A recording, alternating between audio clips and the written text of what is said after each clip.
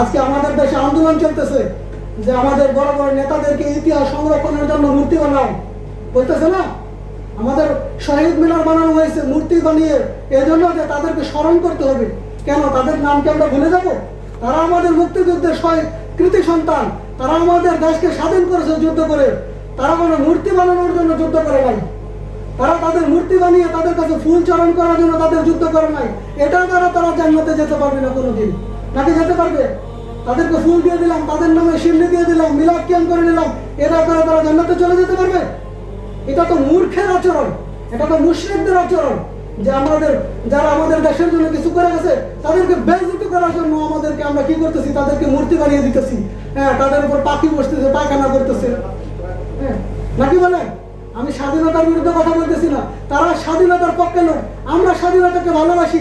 আজকে স্বাধীনতার কারণে আমরা খোলা বাংলা শব্দ বলতে পারতেছি। আমরা স্বাধীনতার কারণে আজকে পাসপোর্ট নিয়ে বাংলাদেশ থেকে সারা পৃথিবী সফর করতে পারতেছি। এটা স্বাধীনতার মজা, এটা স্বাধীনতার আনন্দ। কিন্তু স্বাধীনতার নামে আজকে আমাদের সামনে মূর্তি দেওয়া হচ্ছে, মূর্তি বানিয়ে বলা হইতেছে তাদেরকে শহীদ মিনারে তাদেরকে ফুল দেওয়া হচ্ছে, মূর্তি বানিয়ে আমাদের নেতাদেরকে স্মরণ করা হবে। এটা তো মুশরিকদের কাজ, এটা তো মিল্লাতে ইব্রাহিমের কাজ কখনোই হতে পারে না। নাকি বলেন? আমরা যদি মুসলমান হয়ে ঈমান নিয়ে দুনিয়াতে যেতে চাই, যদিও তারা এই কামটা বন্ধ করতে পারবে না, কারণ তারা রাষ্ট্রীয়ভাবে করবে। আমার দিল থেকে তাদেরকে আমি 100% ভাবে নফরত করি, ঘৃণা করি মূর্তি সংস্কৃতিকে। কোনো মূর্তি মুসলমানকে তাদের ঐতিহ্য রক্ষা করতে পারে না, কোনো মূর্তি মানুষকে ইতিহাস স্মরণ করিয়ে দেয় না। বরঞ্চ মানুষের ইতিহাস দিলের ভিতরে আজকে যারা মূর্তি বানাইতেছে তাদেরকে জিজ্ঞেস করেন ইতিহাস সম্পর্কে, তারা কিছুই বলতে পারে না। বাস তারা যুদ্ধ করতেছে, আমরা স্বাধীনতার পক্ষের লোক, কিন্তু ইতিহাস কিছুই জানে না। আল্লাহ তাআলা আমাদেরকে রক্ষা করেন। আপনি কখনোই মূর্তির কাছে মাথা নত করবেন না, এটা আমি জানি, কিন্তু মূর্তিকে সাপোর্ট করেন এজন্য, কেননা তারা দেশের জন্য যুদ্ধ করছে। আল্লাহ আমাদেরকে বাঁচান, আল্লাহ আমাদের বাংলাদেশের সমস্ত মুসলমানদেরকে রক্ষা করেন। এই জন্য যে আমাদের উপর গভীর ষড়যন্ত্র চলতেছে। আজকে যারা এই মূর্তিদের বিরুদ্ধে কথা বলতেছে তারা জঙ্গিবাদ হয়ে গেছে, মৌলবাদ হয়ে গেছে, ঠিক না? এই জন্য বলতেছে কেন তারা মূর্তির বিরুদ্ধে কথা বলতেছে। আমরা কোনো স্বাধীনতার বিরুদ্ধে কথা বলতেছি না, আমরা শুধু মূর্তির বিরুদ্ধে কথা বলতেছি। মূর্তি বানিয়ে আমাদের ঐতিহ্য রক্ষা করার কোনো দরকার নেই। আল্লাহ তাআলা সবাইকে বুঝদান করেন। আমিন। আখির দাওয়ানা আলহামদুলিল্লাহ।